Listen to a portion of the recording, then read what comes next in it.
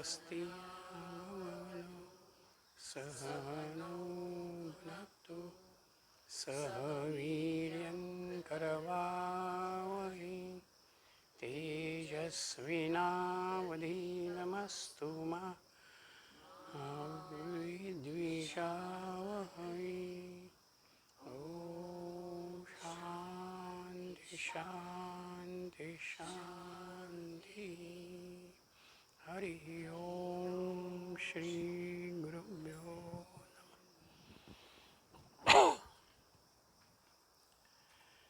केनोपनिषदाच्या पहिल्या भागामध्ये उपाधियुक्त ब्रह्माचा विचार ऋषींनी मांडलेला आहे. आम्ही जे जे काही अनुभवतो, जे जे काही करतो इंद्रियांच्या द्वारा, ती इंद्रिय स्वतः तिथे सक्षम नाहीत. त्यांना प्रेरणा देणारा, त्यांच्याकडनं कार्य करून घेणारा ब्रह्माचा विशेष भाव त्या ठिकाणी आहे.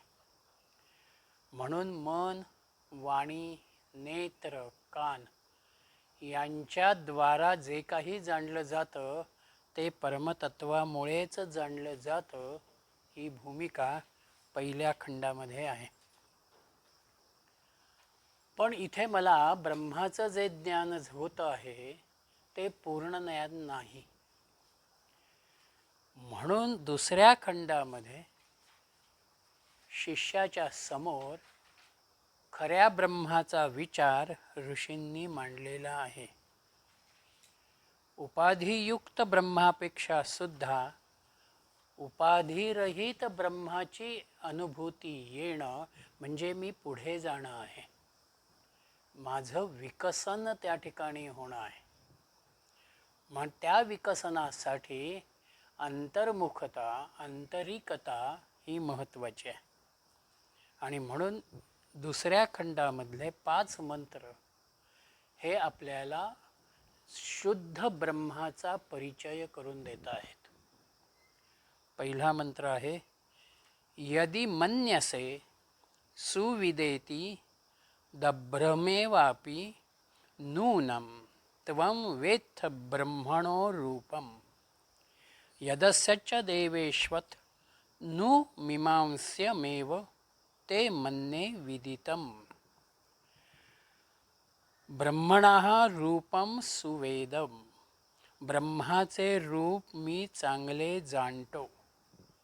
इति यदि मन्यसे, असं जर तू मानत असशील किंवा म्हणत असशील तर दभ्रम एव अपि नूनम, तर ते तुझं म्हणणं किंवा तुझा तो अनुभव अत्यल्प आहे. यद ब्रह्मणः रूपम त्वं वेत्थ. जे ब्रह्माचे रूप तुला समजलेले आहे, अस्य देवेषु अपि, ते देवांच्या मध्ये सुद्धा आहे. म्हणजे देवांमध्येही ब्रह्मतत्व आहे, पण देवांमध्येही आपल्यासारखाच अहंकाराचा भाव आहे.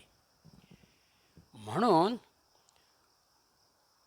अथ नु ते विदितम, म्हणून आता तुला जे समजलेले आहे, मीमांस्यम एव मन्ये, अजून विचार करण्यासारखा भाव त्याच्यामध्ये आहे असं मला वाटतं. म्हणून इथे गुरूंनी त्याला असं म्हटलेलं आहे. शिष्याच्या चेहऱ्यावरचा भाव असेल, शिष्याच्या मनामध्ये निर्माण झालेले प्रश्न असतील.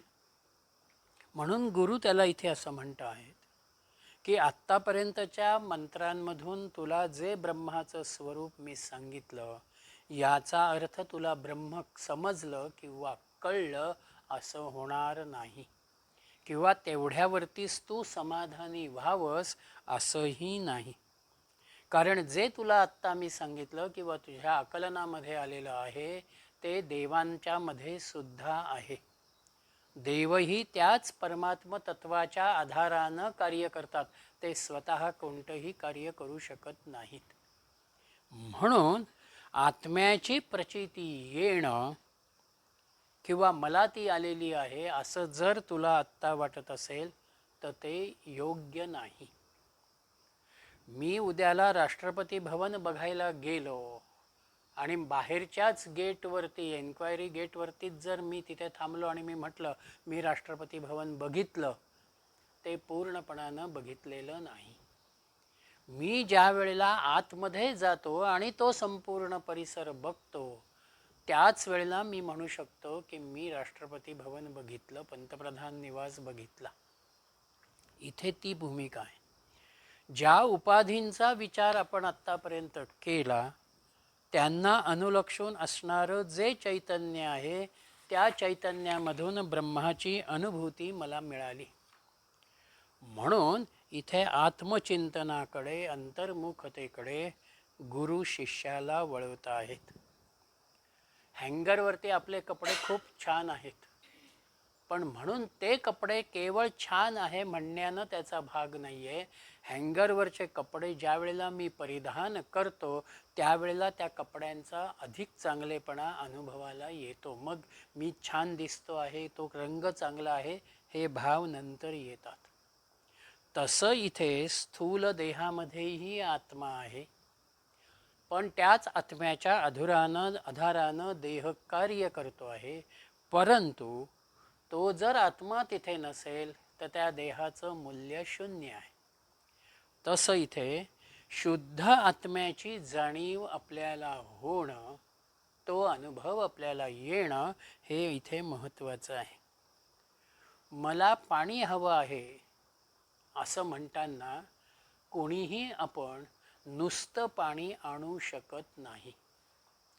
त्याला लोटी असेल, ग्लास असेल, पेला असेल, काहीतरी माध्यम आपण घेतो आणि त्यातून ते पाणी आपण देतो. पहिल्या खंडामधला आत्म्याचा विचार हा असा आहे. उपाधीमधून त्यांनी आत्म्याचं स्वरूप आमच्या समोर ठेवलं. आता आम्हाला परिपूर्ण शुद्ध आत्म्याकडे वळायचं आहे. आणि ते जर मला वळायचं असेल तर माझ्यामध्ये त्या आत्म्याचं चिंतन असणं, परमेश्वराचं चिंतन असणं महत्त्वाचं आहे. त्याला जोडूनच बाकीच्या सगळ्या सद्गुणांचा विचार हा त्या ठिकाणी येतो. आणि म्हणून शिष्याला ही जाणीव गुरूंनी करून दिलेली आहे की मला समजलेलं आहे असं जर तू म्हणत असशील तर ते तुला पूर्णपणानं आत्ता समजलेलं नाही. ते तू समजून घ्यावंस, त्याच्यावरती अजून विचार करावा, हा भाव त्यांचा आहे. शंकराचार्यांच्या चरित्रामधला प्रसंग आहे. अलकनंदेच्या काठानं ते प्रवास करत असताना एका शिष्यानं असा भाव व्यक्त केला की आचार्य गुरुदेव, आपण केवढं ज्ञान संपादन केलेलं आहे आणि तेही अत्यंत अल्प वयामध्ये. तेव्हा खरोखर आपण फार मोठे ज्ञानवंत आहात. तेव्हा आचार्य फारसे बोलले नाहीत. त्यांनी आपल्या हातामधला असलेला संन्याशाचा जो दंड आहे, तो दंड फक्त अलकनंदेच्या पाण्याला स्पर्श होईल इतपतच त्या पाण्याला त्यांनी लावला आणि बाहेर काढून ते शिष्याला म्हणाले, तुला जरी मी खूप ज्ञानवंत वाटत असलो तरी ह्या विश्वाच्या पातळीवरती माझं असलेलं ज्ञान म्हणजे ह्या दंडाच्या तळाला लागलेल्या पाण्या एवढंच आहे. म्हणजे आम्हाला अनेक वेळेला असं वाटतं की हे मला समजलेलं आहे, ते मला समजलेलं आहे, पण मुळामध्ये आमचं ज्ञान, आमची जाण, आमचं समजून घेणं हे कुठेतरी एका मर्यादेशी निगडीत होतं. एवढं आत्मतत्व अत्यंत विशाल आहे. मिठाईच्या वर्णनाला मर्यादा आहेत, पण मिठाई ग्रहण केल्यानंतर येणारा जो अनुभव आहे, हा अनुभव आंतरिक अनुभव आहे, तो स्व अनुभव आहे. आणि त्या स्व अनुभवाकडे गुरु त्याला आता या ठिकाणी वळवतात. म्हणून शिष्यानं लगेच उत्तर दिलेलं आहे, नाहम मन्ये, नाहम मन्ये सुवेदतेति नोनम वेदेति वेदच, नो नस्तत वेद तद वेद, नो न वेदेति वेदच. सुवेद इति अहम न मन्ये. मी चांगल्या प्रकारे ब्रह्म जाणतो असं मी मानत नाही. शिष्यानं अत्यंत प्रामाणिक कबुली ज्याला म्हणावी ती त्या ठिकाणी दिलेली आहे. नोन वेद इति, मी जाणत नाही असंही नाही. म्हणजे मी पूर्ण जाणलेलं आहे असंही नाही आहे, किंवा मी अजिबात जाणलं नाही असंही झालेलं नाही. वेदच नहा याहा, मी जाणतोही आणि आमच्यापैकी कोणीही हे जाणलं जात नाही असे तत्वेद इतिच मन्यते, आणि जाणले जाते असेही मानतो तो ते जाणतो. म्हणजे ब्रह्म मी चांगल्या जाणतोही आहे आणि जाणतही नाही, दोन्ही अवस्था आहे तिथे. म्हणून ब्रह्म मी चांगल्या प्रकारे जाणतो असं मी मानत नाही. मी ते जाणत नाही असंही मी म्हणत नाही. मी ते जाणतोही, आणि जे कोणी आमच्यामधले अज्ञात आणि ज्ञात दोनही प्रकारे जाणतात त्याला ते आकलन झालेले आहे. आत्मस्वरूप हा स्वतःहून वेगळा असा जाणण्याचा विषय नाही, तो आपल्यामध्येच आहे. मनबुद्धीच्या द्वारा मला जाणता येतं आणि मी जाणून घेण्याचा प्रयत्न करतो. पण इथे शिष्य काहीसा म्हटला तर गोंधळलेला आहे असं कृतदर्शनी वाटे. दोनही अवस्था आमच्यामध्ये आहेत. मी जाणलं असं जर मी म्हणणार असेल तर इथला हा जो मी आहे हा मी अहंकाराला व्यक्त करतो. म्हणून परब्रह्म तत्व जाणताना, आत्मानुभव घेताना तुमच्या मीच तुम्हाला विसर्जन करावं लागतं, तेव्हाच तो तुम्हाला अनुभवता येतो. जोपर्यंत वृत्तीमध्ये मी आहे तोपर्यंत आम्ही विकारांशी, अहंकाराशी कुठेतरी जोडलेले आहोत. म्हणून जे जाणलं जातं ते अत्यंत अल्प आहे, परिपूर्ण ज्ञान तिथे नाही. म्हणून जाणलेलं नाही असाही भाव त्याचा आहे. समुद्र ज्या वेळेला मी जातो त्यावेळेला बोटीवरनं मला समुद्राचा सबंध परिसर दिसतो, किंवा मी पाणबुडीच्या आधारानं खालपर्यंत गेलो तर मी त्या समुद्राच्या तळाशी जाऊ शकतो आणि त्या समुद्राचा खालचा भागही मी अनुभवतो. बोटीतून बघितलेला समुद्र असेल, समुद्राच्या तळाशी जाऊन बघितलेला समुद्र असेल, तो परिपूर्ण समुद्र मी बघितला असं नाही. समुद्र त्याच्याही पेक्षा अथांग आहे, त्याच्याही पेक्षा तो व्यापक आहे. म्हणून ब्रह्म जाणलं असं म्हणत असतानाही आपण ते पूर्णपणानं जाणलेलं नसतं. एवढी अनंतता, एवढी व्यापकता त्या ब्रह्माच्या ठिकाणी आपल्या समोर येते. आणि म्हणून इथे एक प्रकारानं जाणणं आणि न जाणणं. बरं, मला जाणता आलेलं नाही किंवा मला समजलेलं नाही, इथेही पुन्हा ज्ञान आहे. मला काय कळत नाही हे ज्या वेळेला मला लक्षात येतं तेव्हाच जे कळलेलं नाही, जे समजलेलं नाही, जे जाणवलेलं नाही ते जाणण्याचा मी प्रयत्न करतो. म्हणजे मला कळलं एवढाच ज्ञानाचा विचार नाही आहे. मला कळलेलं नाही ही जाणीव असणं हेही ज्ञानाचाच धर्म आहे. म्हणून ज्ञात आणि अज्ञात, कळलेलं आणि न कळलेलं या दोनही ठिकाणी हा भाव त्या अनुषंगानं येतो. म्हणून तिसऱ्या मंत्रामध्ये त्यांनी असं म्हटलं, यस्या मतं तस्य मतं मतं यस्य न वेदसः अविज्ञातं विजानतां विज्ञातं विजानताम्. यस्य अमतं, ब्रह्म मनाने आकलन करता येण्यासारखे नाही असे ज्याला समजले तस्य मतम त्यालाच ते समजले. यस्य अमतम ज्याला ते मनाने समजलेले आहे असे वाटते. सहा तत् न वेद त्याला ते समजलेले नाही. विजानताम अविज्ञातम जे सुबुद्ध ज्ञाते आहेत, जे ज्ञानवंत आहेत, त्यांना ते अज्ञात असते. अविजानताम विज्ञातम जे अज्ञानी आहेत त्यांना ते विशाल वाटते, ज्ञात वाटते. इथे त्यांनी हा विचार स्पष्ट केला, मला कळतंय किंवा कळत नाही किंवा कळलेलं अत्यंत कमी आहे. त्यावेळेला ते असं म्हणत आहेत की ब्रह्म मनानं आकलन करता येण्यासारखं नाही. आत्तापर्यंतच्या चिंतनामध्ये आपण बघितलेलं आहे, मनबुद्धीच्याही पलीकडे मला जायचं आहे, तेव्हाच मी त्या स्वरूपाला यथार्थतेनं जाणू शकतो. म्हणून इथे मनानं ते आकलन होईल किंवा आकलन येण्यासारखं नाही हे माझ्या समजलेलं आहे. आणि ज्यांना ते समजलं असं वाटतं, म्हणजे ज्यांना कळलेलं आहे असं वाटतं, त्यांना मुळात कळलेलं नसतं. कारण ज्याला कळतं तो त्या स्वरूपाशीच एकाग्र होणार आहे.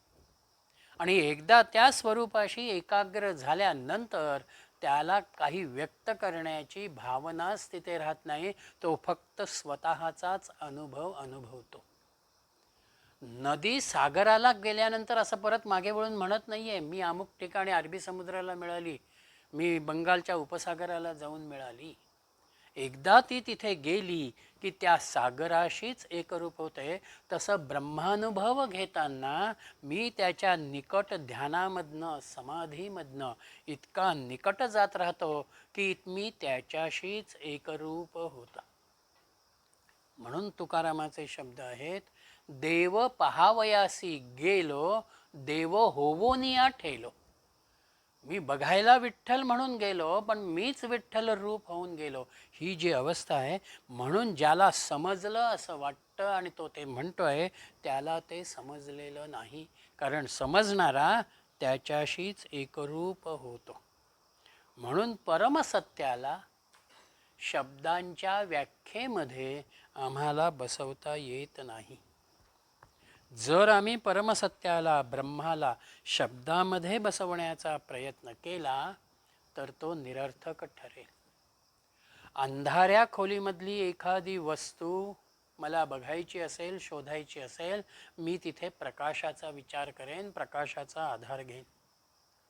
पण जी वस्तू सूर्याच्या अत्यंत निकट आहे तिला वेगळा प्रकाशाचा भावच राहत नाही. कारण सूर्य स्वतःच स्वयंप्रकाशी आहे.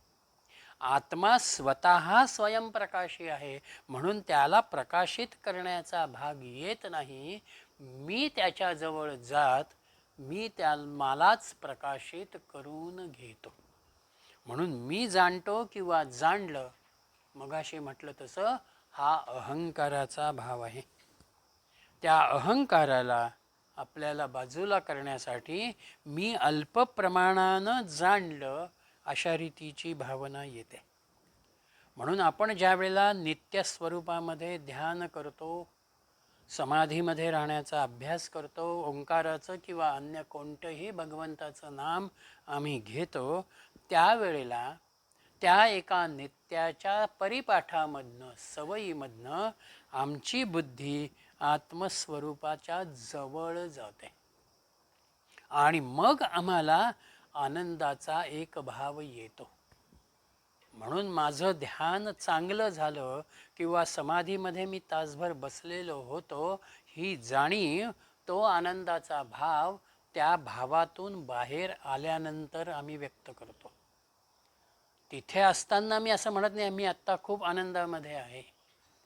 म्हणून अनंत आनंदाची, प्रशांततेची भावना ज्याला आपण म्हणतो, ती एका उत्कट अनुभूतीशी म्हणजेच ब्रह्माच्या जवळ जाणारी, ब्रह्मतत्वाच्या निकट जाणारी अशी ती भूमिका आहे.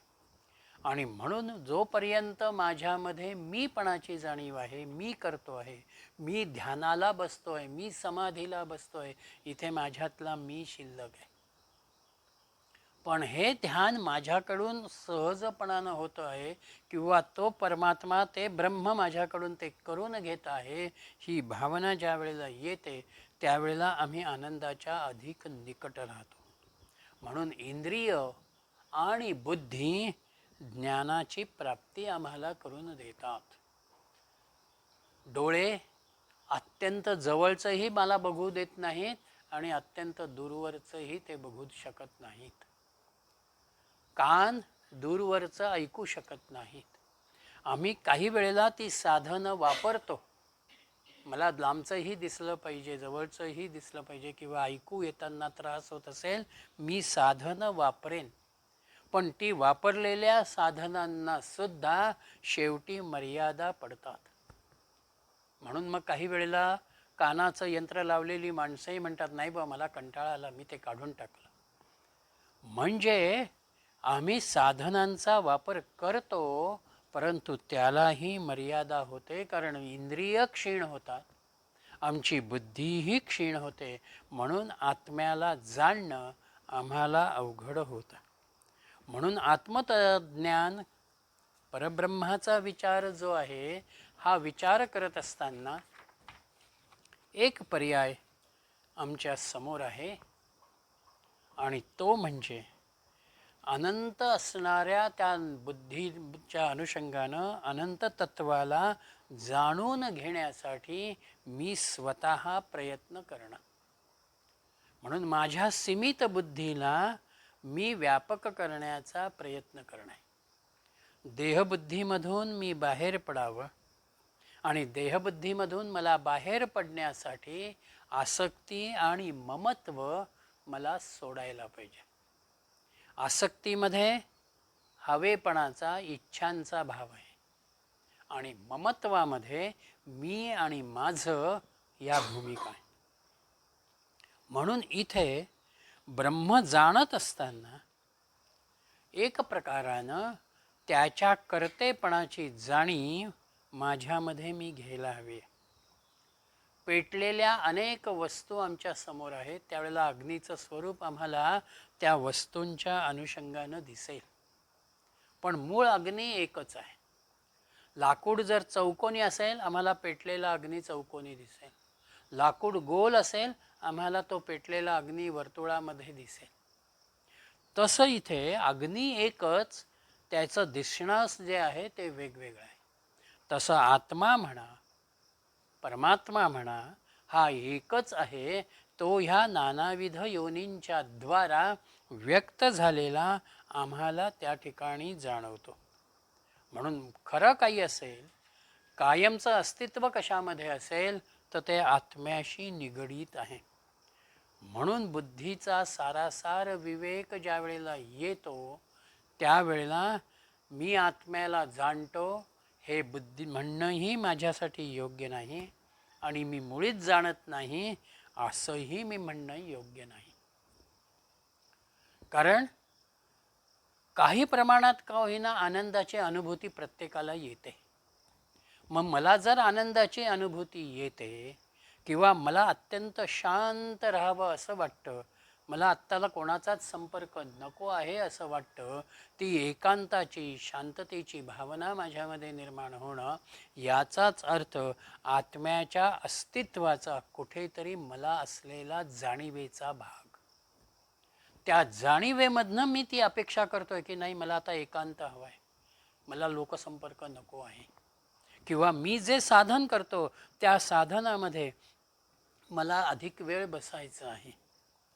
म्हणून पुढे त्यांनी चौथ्या मंत्रामध्ये एक भाव दिला की आम्हाला हे सगळं साध्य करत असताना आम्ही आमच्यामधल्या ध्येयाचा विचार जो आहे, तो ध्येयाचा विचार सतत आमच्या समोर हवा.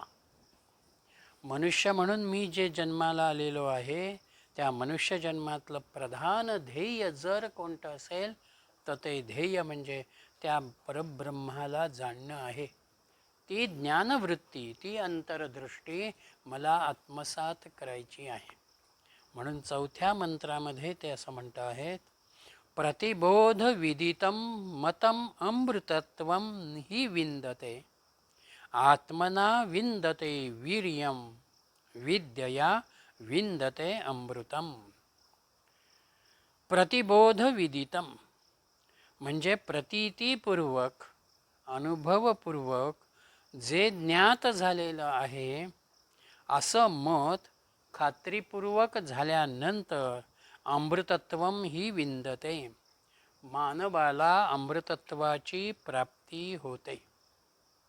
आणि त्या अमृतत्वामध्येच काय आहे, आत्मना वीर्यम विंदते, आत्म्याच्याच सामर्थ्यानं, त्याच योगानं आम्हाला शक्ती प्राप्त होते, सामर्थ्य प्राप्त होतं.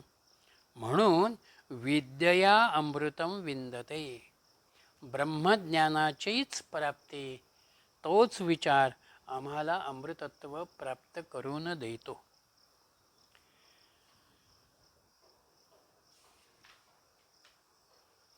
मनाच्या 3 अवस्था आपण बघितलेल्या आहेत, जागृत, स्वप्न आणि सुषुप्ती.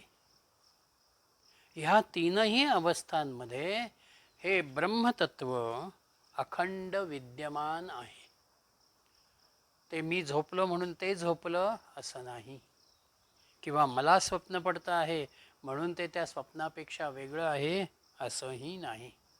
म्हणून त्या ब्रह्माचं आकलन होणं, त्या ब्रह्माला जाणणं, एक प्रकारानं मनाच्याच आधारानं आपण ते जाणतो. मन साधनेला तयार होतं आणि मन बुद्धीच्या आधारानं ते ज्ञान आत्मसात करत त्याला जाणण्याचा प्रयत्न करतं. म्हणून हे जे मन आहे, हे मन काय करतं आहे, पहिल्यांदा एखादी घटना ते अनुभवतं. ती घटना अनुभवल्यानंतर आपल्या स्मृतीपटलावरती तो तिचा अंश काही प्रमाणामध्ये का होईना शिल्लक ठेवतो. त्या अनुभवाचं मनन आणि चिंतन वेगळेपणानं होत नाही, पण मनामध्ये तो भाव कार्यरत असतो. म्हणून एक प्रकारची बोधात्मक अवस्था आमची तयार होते की तशाच स्वरूपाची घटना, तशाच स्वरूपाचा प्रसंग ज्या वेळेला पुन्हा समोर येतो तेव्हा आम्ही याच पूर्वस्मृतींच्या आधारानं तिथे आमचा भाव व्यक्त करतो. मग हे मन जर व्यावहारिक जगतामध्ये स्मृतीपटलाच्या आधारानं व्यवहार करतं, माणसांची ओळख ठेवतं, माणसांचा संपर्क ठेवतं, तेच मन मला कोण कार्यरत करतं या अनुषंगानं आत्म्याकडे ज्या वेळेला वळतं तेव्हा ती बुद्धी त्याला आत्म्याचा अनुभव द्यायला लागते. म्हणून मनाला अंतर्मुख केलं, बहिर्मुखता त्याची थांबवली की तुम्ही तुमच्यामधल्याच आनंदाला शोधण्याचा प्रयत्न करता आणि त्याच्यामधूनच अमृतत्वाची प्राप्ती, याचा अर्थ मी अखंड आनंदामध्ये असणं. अमृत, माझ्यातली मृतता ज्याला आहे ती मृतता तिथे राहत नाही. एखाद्या व्यक्तीच्या बाबतीमध्ये आपण म्हणतो की अरे ते एक सारखं काम करतायत, विश्रांती नाही घेत. ते विश्रांती न घेताना काम करतात, याचाच अर्थ एक प्रकारची ऊर्जा, एक प्रकारचं सामर्थ्य हे त्यांच्यामध्ये त्यांनी काही एका माध्यमातनं निर्माण केलेलं आहे. तसं इथे मी अमृतत्वाची प्राप्ती म्हणजे आनंदाची प्राप्ती, आणि ते अमृतत्वाची भूमिका म्हणजेच माझ्यामधल्या ज्ञानाची, माझ्यामधल्या विद्येची असलेली भूमिका आहे. म्हणून मानवाला जर काही प्राप्त करून घ्यायचं असेल तर ते अमृतत्व प्राप्त करायचं आहे. मी अखंड आहे, मी आनंदी आहे, मी परमशांत आहे, या भावामध्ये मी राहण्याचा प्रयत्न करणं आहे. म्हणून मृत्यू जो आहे हा मृत्यू नेहमी देहाशी निगडीत आहे. आत्म्याचा आणि मृत्यूचा संबंध नाही. म्हणून मी एक प्रकारानं जे ज्ञान प्राप्त करतो त्या अमृतत्वाचा भाव माझ्यामध्ये जो येतो त्याच्यामध्येच वीर्यम विंदते. म्हणून तिथे धैर्य आहे, तिथे शक्ती आहे, तिथे मेधा आहे, तिथे प्रज्ञा आहे. हे सगळे विकसन किंवा या विकसनाचा असलेला व्यक्तिगत विकासाचा भाग हा माझ्यामध्ये निर्माण होणं ही अमृतत्वाची भूमिका आहे. म्हणून आत्मा मुळात ज्ञानमय आहे आणि सगळ्या ज्ञानाचा तो पाया आहे. त्याच्यावरतीच सगळं उभं आहे. म्हणून आपले अनुभव कसे आहेत? आपले अनुभवपूर्व आणि अनुभवजन्य अशा अंगानं ज्ञानाकडे आम्ही बघतो. अनुभवपूर्व अवस्थेमध्ये कसं आहे? मी आंबा खातो असं म्हणताना मी आहेच. म्हणजे आंबा खाल्ला नाही तरी मी आहे आणि आंबा खातो म्हणतानाही मी आहेच. पण तो आंबा खाल्ल्यानंतर तो आंबट होता किंवा तो जास्त चांगला गोड होता हे ज्या वेळेला मी म्हणतो त्यावेळेला तो मी अनुभवाच्या पातळीवर आला. म्हणून ज्ञानाचा भाग अनुभवपूर्व आणि अनुभवजन्य किंवा अनुभव अनंतर अशा अवस्थेशी निगडीत आहे. म्हणून ह्या अनंत आत्म्याची पार्श्वभूमी जर कुठली असेल तर आपल्यामध्ये आपण साक्षी भाव निर्माण करणं. ज्या वेळेला मी साक्षी भाव निर्माण करेन, माझ्याच शरीराकडे मी तिराहितपणानं बघायला शिकेन. भूक लागली खाल्लं, तहान लागली पाणी प्यायलो, मला थकवा वाटतोय मी विश्रांती घेतली. एवढ्या एका मर्यादेमध्ये मी देहाकडे जर बघायला लागलो तर त्या देहाकडची एक प्रकारची अनासक्ती आपल्यामध्ये निर्माण होते आणि मग मी मनाकडे वेगळेपणानं बघायला लागतो की मला आनंद हवा आहे ना, मग हा आनंद कुठून येतो आहे, कशामुळे येतो आहे याचा विचार आपण करतो. काठावरती मी उभा असेन त्याच वेळेला त्या वाहणाऱ्या पाण्याकडे म्हणा किंवा त्याच्यावरती निर्माण होणाऱ्या तरंगांकडे मी वेगळेपणानं बघू शकेन. तसा आपल्यामधला साक्षीभाव म्हणजेच मी आत्मज्ञानाला सहजपणानं बघायला शिकणं आहे. आणि ती ज्या वेळेला वृत्ती येते त्याच वेळेला विद्यया अमृतम विंदते. ब्रह्मज्ञानाच्या योगे अमृतत्व प्राप्त करतो. म्हणजेच मी आनंदाला अनुभवतो.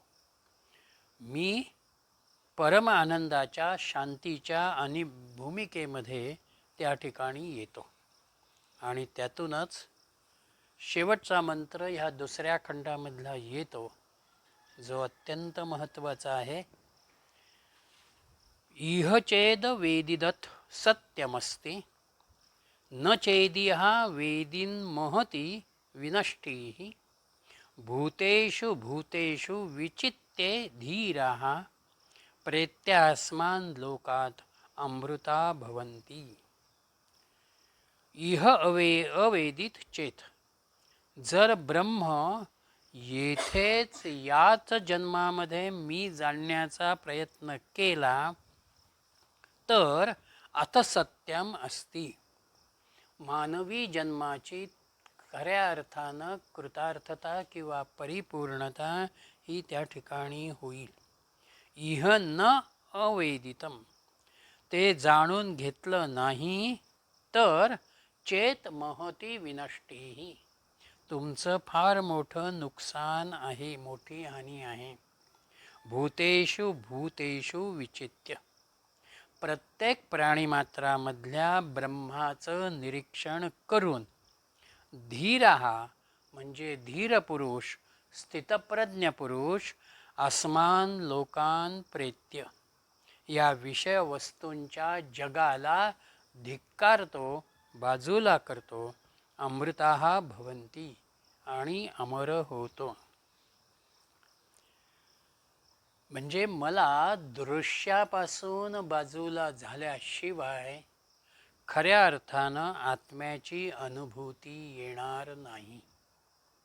आणि म्हणून त्या दृश्याला बाजूला करत असतानाच श्रुतीनं इथे आम्हाला स्पष्ट विचार दिला, एक सांगणं दिलं की इह चेद वेदितत, याच जन्मात तुम्हाला खऱ्या अर्थानं परमात्म तत्व प्राप्त करून घेता येईल. त्यासाठी पुन्हा वेगळ्या जन्माची मला गरज नाही, किंवा मी तो प्लॅन करावा की नाही आत्ता जमलं तर जमलं, नाही तर पुढला जन्म मिळेल, असं नाही. व्यवहारामध्ये आहे, मी ही नोकरी केली, मला नाही इथे आता बरं वाटत, मी दुसरीकडे गेलो. आत्मतत्वाच्या परब्रह्माच्या प्राप्तीमध्ये प्राप्त झालेला हा मनुष्य देह हा आपल्याकडे अत्यंत दुर्मिळ आहे. आणि म्हणून मला याच जन्मामध्ये हे आत्मतत्व प्राप्त करून घ्यायचं आहे. आणि ते जर मी प्राप्त करून घेतलं तरच माझ्या या जन्माची सार्थकता, कृतार्थता तिथे आहे. मुळात मनुष्य देह प्राप्त होणं अत्यंत दुर्मिळ आहे. तो प्राप्त झाल्यानंतर माझी इंद्रिय चांगली असणं हे महत्त्वाचं आहे. आणि इंद्रिय चांगली असताना मी शारीरिक, मानसिक आणि आध्यात्मिक अंगानं या सगळ्याचा विचार प्रामाणिकपणानं करणं माझ्यासाठी महत्त्वाचं आहे. म्हणून आपल्याकडली ही जी कल्पना आहे की मी रिटायर झाल्यावर बघेन, अत्यंत चुकीची कल्पना आहे. आम्हाला आत्मतत्व जाणून घ्यायचं असेल तर आम्हाला ते प्रथमपासूनच त्याच्यामध्ये थोडा वेळ का होईना आम्ही आमचा दिवसभरातला देण्याचा अभ्यास करायला हवा. म्हणून गुरुदेव रानडेंचं एक वचन आहे, ज्यानं 20व्या वर्षी परमार्थाचं चिंतन सुरू केलं त्याचं 40शी नंतरचं आयुष्य आनंदाशी निगडीत राहील. वय वर्ष 20 ते वय वर्ष 40 हा तारुण्याचा एक उत्साहाचा, जोमाचा भाग आहे. इथे आमचं मनही पूर्ण परिपक्व नाही, आमची बुद्धीही विवेकाच्या अंगानं परिपक्व नाही. त्यामुळे दृश्यामध्ये जे जे माझ्या समोर येतं ते ते मला अट्रॅक्ट करत राहतं, माझं आकर्षण तिथे निर्माण करतं. आणि त्या निर्माण होणाऱ्या आकर्षणामुळं अनेक वेळेला माझी फसगत होते. म्हणून मी जर 20व्या वर्षी ह्या आत्मानात्म विवेकाचा, योग्य अयोग्य विवेकाचा विचार आत्मसात केला, तो समजून घेतला, तर माझ्यासमोर येणाऱ्या प्रत्येक प्रसंगामध्ये मी स्वतःला सांभाळू शकतो. आणि एकदा हा तारुण्याचा जोश एका विवेकाच्या चौकटीमध्ये राहिला तर आपोआप 40शी नंतर तुम्ही त्याच एका सात्विक वृत्तीमध्ये राहता. म्हणून याच जन्मामध्ये मला हे आत्मसात करायचं आहे. त्या ज्ञानाला प्राप्त करत असताना असणारा तपश्चर्येचा भाग असेल, त्याच्यामधल्या भक्तीचा, प्रेमाचा भाग असेल, मला तो त्या ठिकाणी आत्मसात करायचा. म्हणून ध्रुवाची कथा असू दे किंवा प्रल्हादाची कथा असू दे, केवळ त्या कथा म्हणून नाही आहेत किंवा त्या पुराणांनी सांगितल्या म्हणून त्या टाकाऊ आहेत अशी भूमिका नाही. त्या वयातही त्यांनी त्या परमात्म्याला, नारायणाला प्राप्त करण्यासाठीचा जो आटोकाट प्रयत्न केला, तो प्रयत्न आमच्यासाठी महत्त्वाचा आहे. ती दृष्टी मला लहानपणापासून असायला हवी, ती माझी दृष्टी त्या अनुषंगानं असायला हवी. म्हणून मी उपाधित ब्रह्म पहिल्या खंडामध्ये जाणलं. त्या उपाधित ब्रह्मातून पुढे जात व्यापक ब्रह्माचा जो विचार आहे तो व्यापक ब्रह्माचा विचार मला या दुसऱ्या खंडामध्ये श्रुतीनं माझ्या समोर ठेवला. म्हणून परमात्म दर्शन मला ज्या वेळेला अनुभवता येतं त्याच्याशी मी एकरूपत्व घेतो, त्याच वेळेला मी म्हणतो ब्रह्मवित ब्रह्मैव भवती. ब्रह्म जाणणारा त्या ब्रह्मापर्यंत जाऊन पोचला, तो ब्रह्मस्वरूप झाला. म्हणजेच मनुष्य जन्मामधून मी त्या परमात्म तत्वाला जाणता जाणताना देवत्वाच्या पातळीवरती, देवत्वाच्या उंचीवरती मी आलो. एका सात्विक परिपूर्ण अशा एका भूमिकेमध्ये मी त्या ठिकाणी येतो. आणि हे कसं आहे? भूतेषु भूतेषु विचित्य. एकदा मला ब्रह्माची अनुभूती आली, मी त्या विचारानं स्वतःला अलंकृत केलं, परिपूर्ण मी स्वतःला करण्याचा आटोकाट प्रयत्न केला, की आपोआप माझी दृष्टी सगळ्याच भूतमात्रांकडे वळते. मग जे मला अनुभवलं तेच माझ्या समोरच्या वस्तुमात्रांमधून, व्यक्तिमात्रांमधून मी अनुभवण्याचा प्रयत्न करतो. तिथे मी खऱ्या अर्थानं शुद्ध चैतन्याला जाणायला लागतो. ती अनुभूती मी घेतो. म्हणून अमृता भवंती. अमर होणं म्हणजे मृत्यूवरती विजय मिळवणं एवढा मर्यादित अर्थ नाही. देह आहे म्हटल्यानंतर तो देह आज नाही उद्या निश्चितपणानं जाणार आहे. पण मी माझ्या आत्मज्ञानाच्या प्राप्तीमधून आनंदाची प्राप्ती करून घेणं आणि माझ्यामधल्या नाशिवंत धर्माला, मृत धर्माला मी बाजूला करणं, हे माझ्यामधलं अमृतत्व आहे. म्हणून आत्मा अनंत आहे, तो व्यापक आहे, आणि मी आत्मा आहे ही अनुभूती मला येणं, हा माझ्यामधल्या आत्मज्ञानाला मी पोचणं किंवा प्राप्त करणं या अनुषंगानं आहे. म्हणून स्वामी चिन्मयानंदांनी इथे आत्मपुनर्शोधन असा शब्द वापरलेला आहे. आत्मपुनर्शोधन.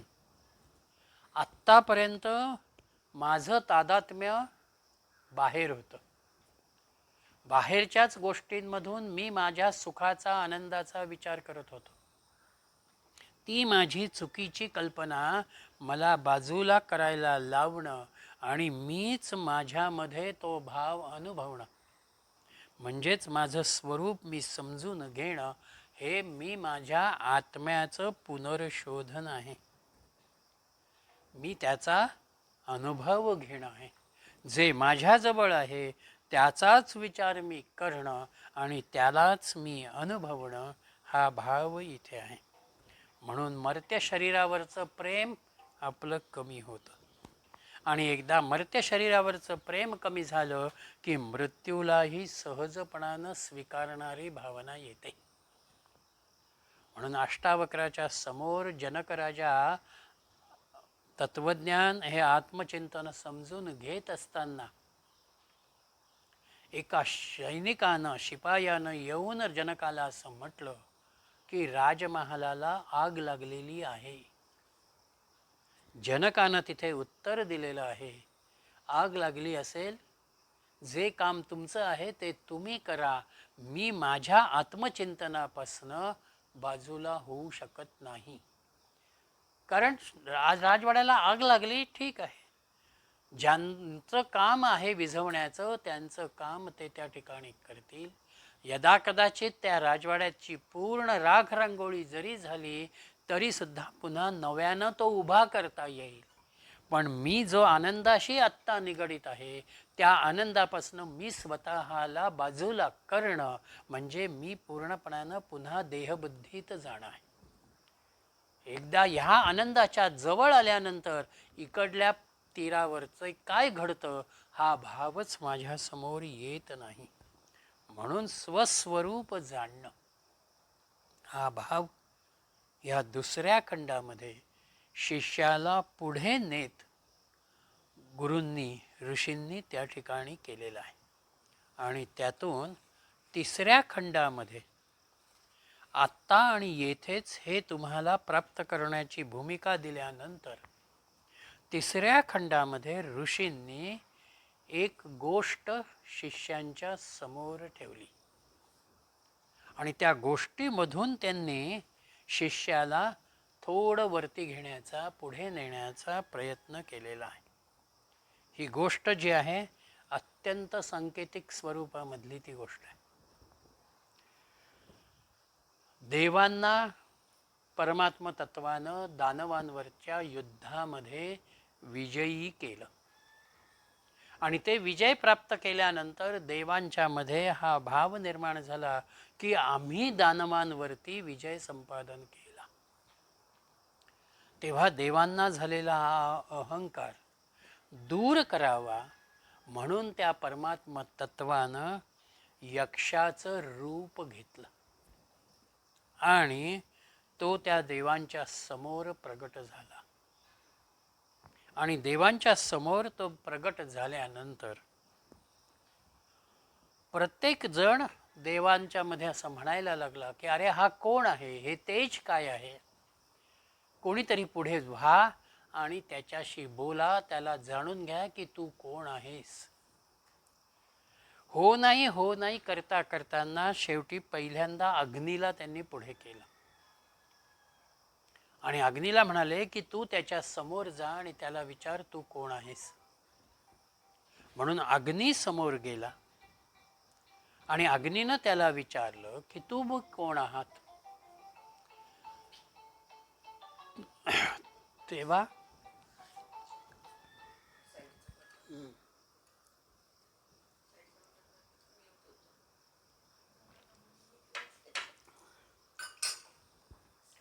अग्नी समोर गेल्यानंतर अग्नीनं यक्षाला विचारलं तुम्ही कोण आहात. यक्ष म्हणाला की तू कोण आहेस ते मला सांग. म्हणून अग्नी म्हणाला मी अग्नी आहे. या विश्वातल्या अनेक वस्तू मी क्षणभरामध्ये जाळू शकतो. यक्ष म्हणाला हरकत नाही. आणि यक्षानं त्याच्यासमोर एक गवताची फक्त बारीक काडी ठेवली आणि म्हणाला मला ही जाळून दाखव. जर तू विश्वाला जाळतोस तर ही काडी मला जाळून दाखव. अग्नीनं खूप प्रयत्न केला पण त्याला ती काडी जाळता आली नाही. तो निराश झाला आणि परत मागे आला आणि देवांना म्हणाला की जे काही आहे प्रगट झालेलं ते विलक्षण आहे, मला काही ते आकलन झालेलं नाही. मग त्यांनी वायूला पुढे केला आणि वायूला पुढे केल्यानंतर वायूही तिथे तसाच गेला. आपला परिचय त्यानं दिला की मी ह्या जगातली सगळ्या वस्तुमात्रांना मी हलवतो. माझ्या वहनामुळं, माझ्या वाऱ्यामुळंच इथले सगळे व्यवहार चालतात. यक्ष म्हणाला ही काडी मला तू हलवून दाखव. ती काडी वायूला हलवता आली नाही, ती काडी तशीच्या तशीच होती. म्हणून वायू परत आला आणि मग इंद्रच म्हणाला आता मला बघितलं पाहिजे. म्हणून इंद्र पुढे झाला आणि ज्या क्षणी इंद्र समोर आला त्या क्षणी तो यक्ष अंतर्धान पावला आणि इंद्रानं आकाशामध्ये एक व्यापक स्वरूप बघितलं. हे काय आहे हा विचार करत असतानाच तिथे पार्वती प्रगट झाली, शक्ती प्रगट झाली आणि ती म्हणाली की अरे हे परब्रह्म आहे. अग्नीला काय, वायूला काय, अहंकार होता की मी जाळू शकतो किंवा मी वस्तू हलवू शकतो, पण त्यांना ती हलवता आली नाही. तुम्हा सगळ्याच देवांना अहंकार झाला की आम्ही दानवांवरती, असुरांवरती विजय प्राप्त केला, पण हा विजय तुम्ही प्राप्त केलेला नाही, त्या परमात्म शक्तीनं तुम्हाला कार्यरत केलं म्हणून तो विजय तुम्हाला मिळाला. इंद्रानं आपली चूक मान्य केली आणि तो त्या परब्रह्माला नमस्कार करून मागे आलेला आहे.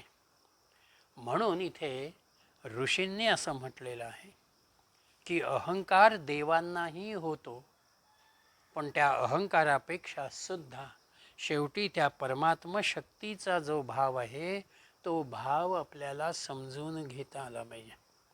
म्हणून आत्म्याच्या सत्तेनं या विश्वामधली प्रत्येक वस्तू ही कार्य करते. मी कार्य करतो असं मी जरी कितीही म्हणत असलो तरी प्रत्यक्षतः मी कार्य करत नसतो.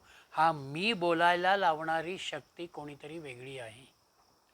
बिंदूमध्ये जसे सिंधूचे गुणधर्म असतात तसंच आपला कर्तेपणा हा नेहमीच लंगडा आहे, तो कमी आहे. आपल्याला आत्मसत्तेची जाणीव नेहमी असणं हे अत्यंत महत्त्वाचं आहे. आणि त्याच आत्म्यामुळं या विश्वाचा कारभार चालतो. म्हणून व्यवहारात जरी मी करतो असं मी म्हणत असलो तरीसुद्धा ते मी म्हणत नसतो किंवा मी करत नसतो, ते कोणीतरी माझ्याकडून करून घेतं. म्हणून या तिसऱ्या खंडामधले एक 12 मंत्र जे आहेत ते केवळ एक कथानक या स्वरूपामध्ये त्या ठिकाणी आहेत. पहिला मंत्र, ब्रह्म देवेभ्यो विजिज्ञे तस्य ब्रह्मणो विजये देवा अहमहीयन्त त एकशतस्मान् एकमेवायं विजयो अस्माकं एवायं महिमेती. गुरु असं म्हणतात की ब्रह्माने एकदा देवांच्या बाजूने दानवांवर विजय मिळवला. जरी हा विजय ब्रह्माने मिळवलेला होता तरी देव त्यामुळे हर्षभरित झाले आणि आमचाच उत्कर्ष, आमचाच प्रभाव असं ते समजू लागले. तदैषां विजज्ञौ तेभ्यो प्रादुर्बभूव तन्य व्यजानत किमिदं यक्षमिती. ब्रह्माने त्यांचा गर्व चांगला जाणला आणि ते त्यांच्यापुढे उभे राहिले. पण ब्रह्मतेजानं दीपलेल्या त्या तेजासमोर देवांना प्रश्न पडला की हे तेज कुठून आलं आणि कोठे जाणार आहे.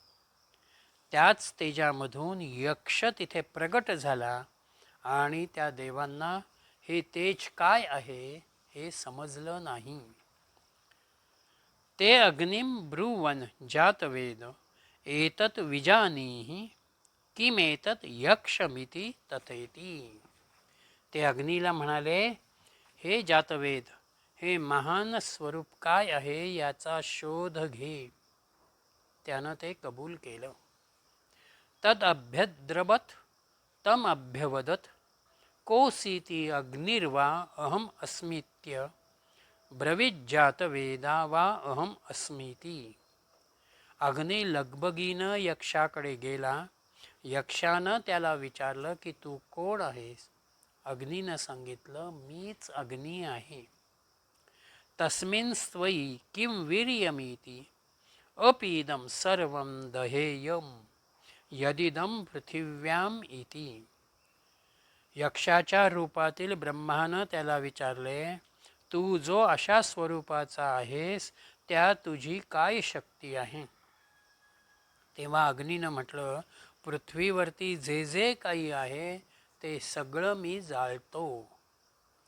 तस्मै तृणं निदधावेतत् दहेति तदुपप्रेयाय सर्वजवेन तन्न शशाक दग्धुं स तत् एव निववृत्ते नैतदशकं विज्ञातुं यदेतद् यक्षम इति.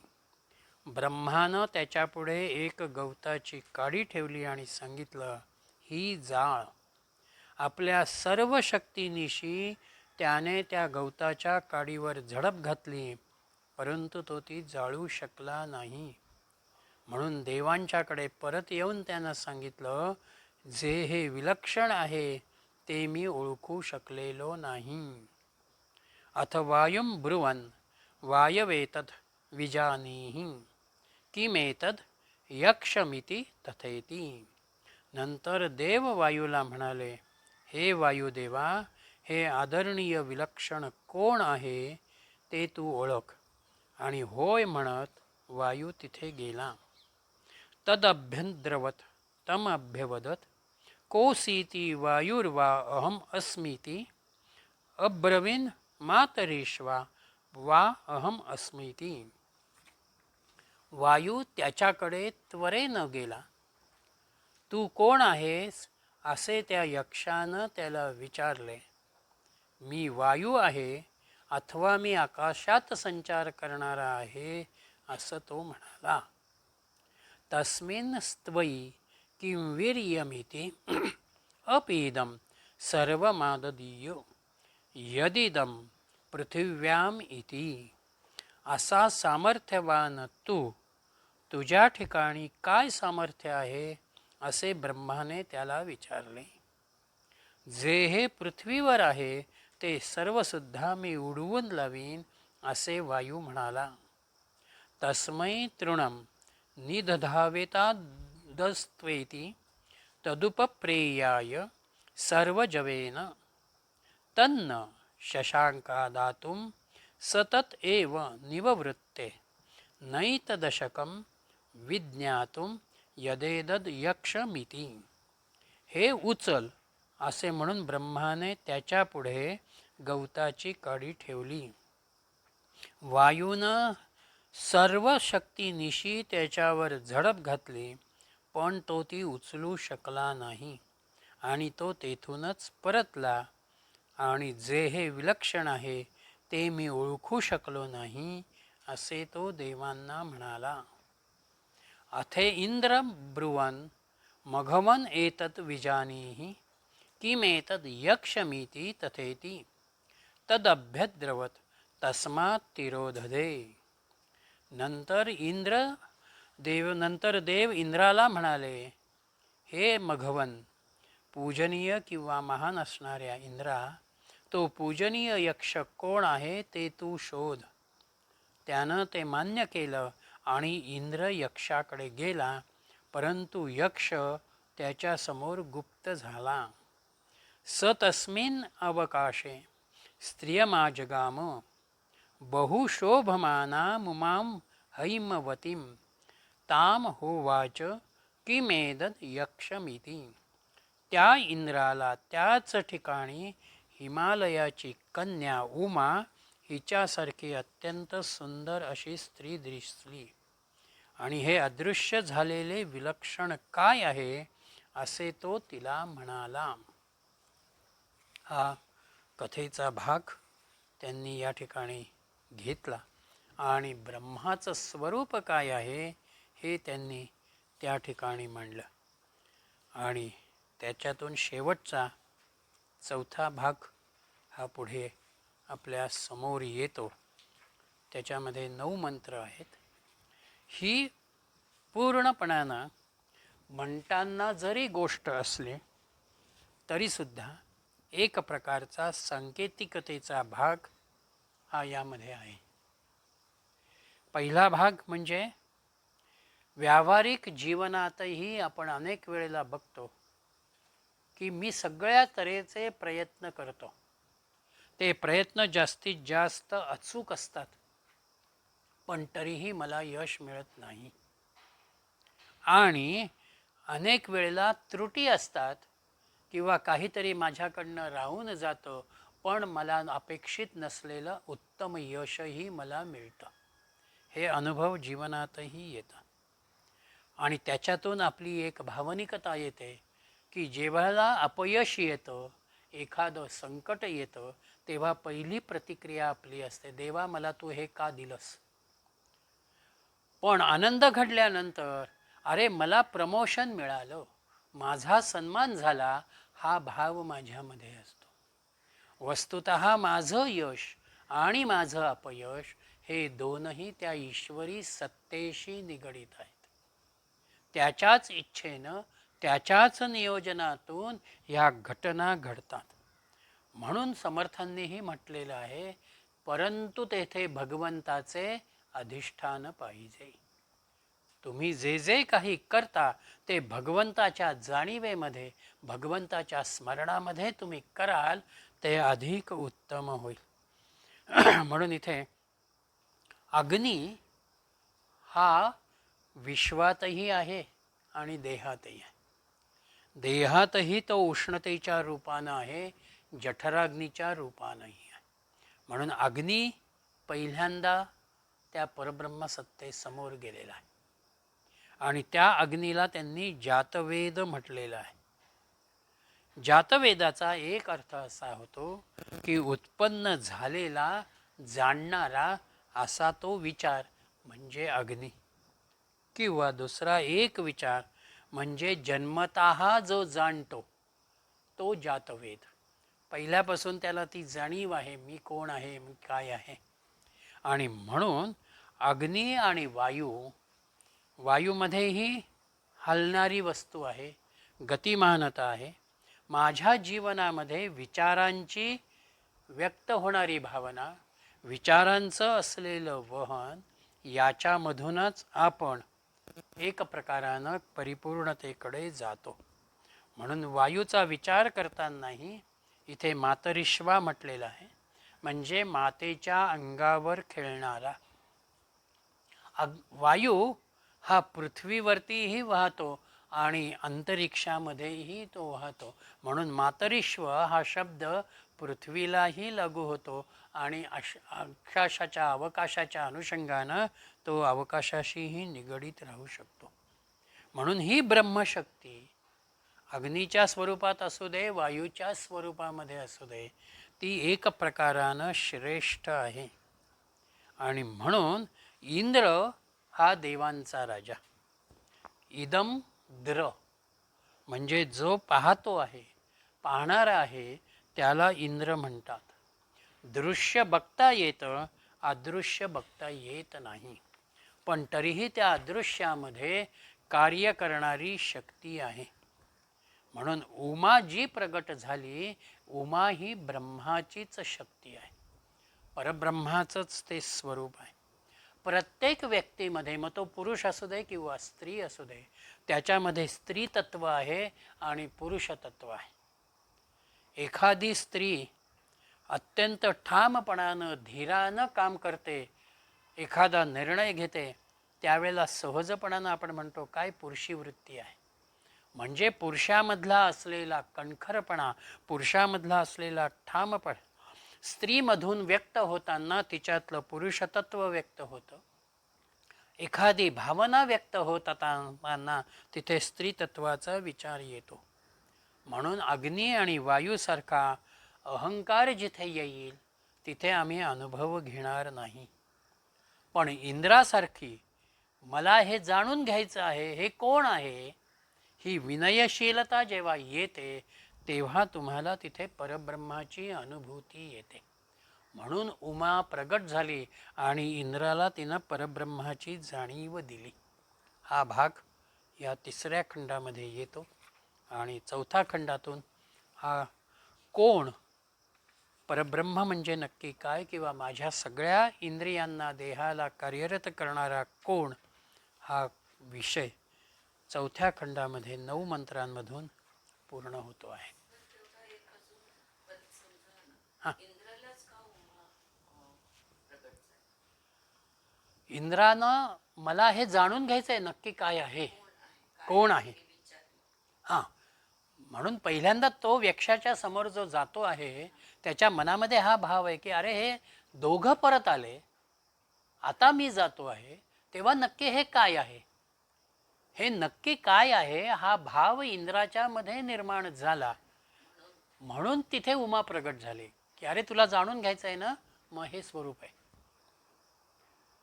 इंद्र. म्हणून त्या इंद्र ह्या शब्दाचा वेदांती अर्थ तो आहे जाणून घेणारा, समजून घेणारा. इंद्र द इदम द्र हे काय आहे, जाणून घेणारा.